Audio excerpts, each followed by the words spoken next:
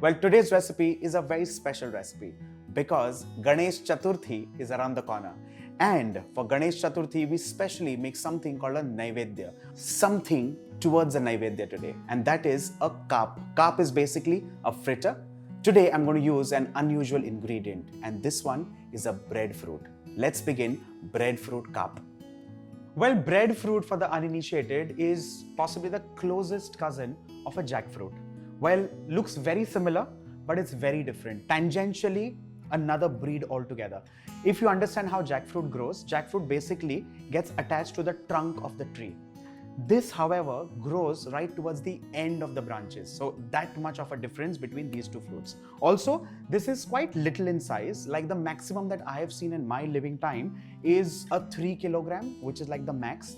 Jackfruit can go beyond 50 kilos, which is almost like 94 pounds and things like that. But that's what it is. Coming to the fact that this is available almost even after monsoon, jackfruit is quite a summer fruit in India. Well, we call this Neerphanas in Marathi. You call it Gujikai, you call it Nagdamani in Sanskrit, and this also has quite a mention in the olden Vedas and things like that. Now, you can make a vegetable out of this, you can make a fritter out of this, you can make something pan-fried. Today, what I'm going to show you is how to cut this, how to process this, how to cook this much later, but primarily a nostalgic recipe, and that is Neerphanasachi Kaap. Let's begin. This breadfruit, of course, also has some resin which is gum-like. Let me quickly show it to you. Like if you see, if you just snip off one of the stems, you'll see it starts leaking and dropping like this. Now this is extremely sticky. It's almost resin-like. And to avoid this from sticking onto your palm, I'm just going to take some regular vegetable oil and also I'm going to apply a little oil to the blade as well.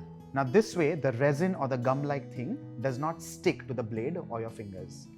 Let's slice the top off. Now if you see, the skin is not very thick, unlike jackfruit, which is extremely thick. Just to create like a cutting base, I'm going to snip off the bottom as well so that this can rest neatly. With the help of the contour of the breadfruit, I'm going to start removing the skin like so. You just need like a 1 millimeter thick skin to be moved out.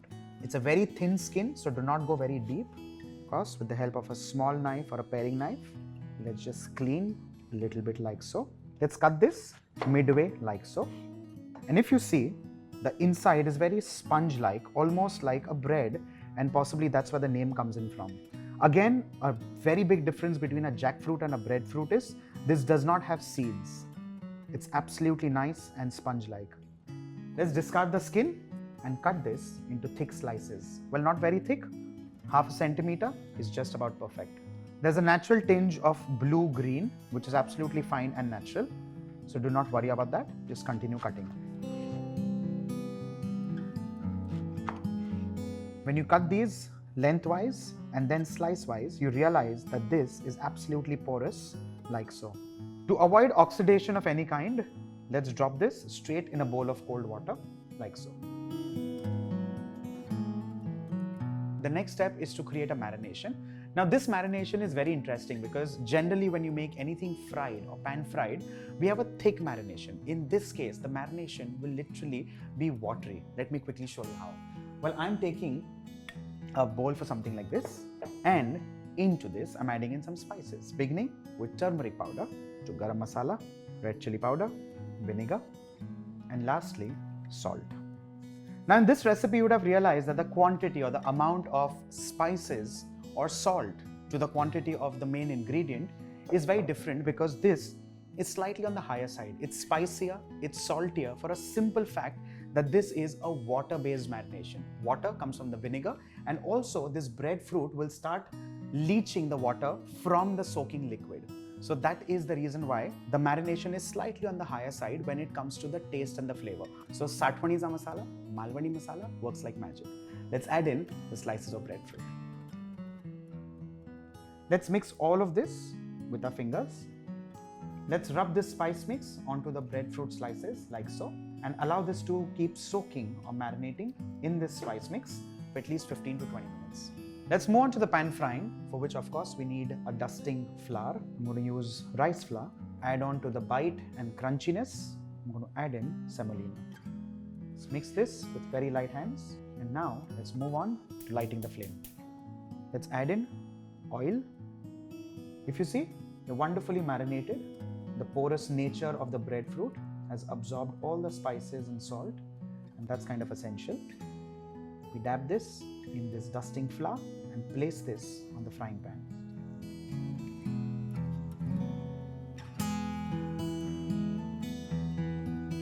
The next step is very simple. You pan fry this on low flame. This is going to take at least 7 to 8 minutes to get cooked because it's nice and porous. It's also spongy. You want it to be nice and soft inside and crisp, golden brown on the outside.